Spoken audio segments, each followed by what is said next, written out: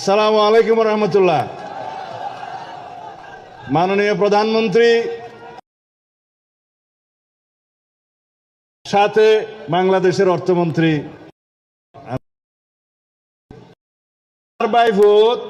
পাপ্পা কথা যা হওয়া পরে হই দিয়ে দাবি দেওয়া যা দিয়া পরে দিয়ে দিয়ে কিন্তু যা চাই ইয়া তোর বেশি দিলে কি আপত্তি আছে না?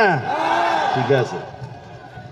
আর মাননীয় সংসদ সদস্য সকল কেউ বক্তৃতা দিন না ভারতে গুসা নই, কারণ মাননীয় প্রধানমন্ত্রী তো আর বহু জায়গা যাওয়া ঘুরিব প্রোগ্রাম আছে।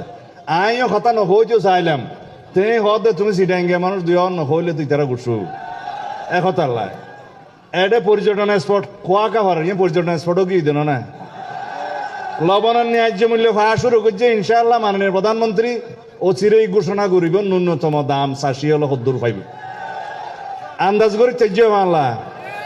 আচ্ছা, বাদ বাকি বেরিবাদর মন্ত্রী সহ বেগ কোনরে এটা বাঁশখালি আইরে পরিমাপ করি বললে ইঞ্জিনিয়ার আই বললে আর দিম আজিয়া মাপ করন সময় নাই।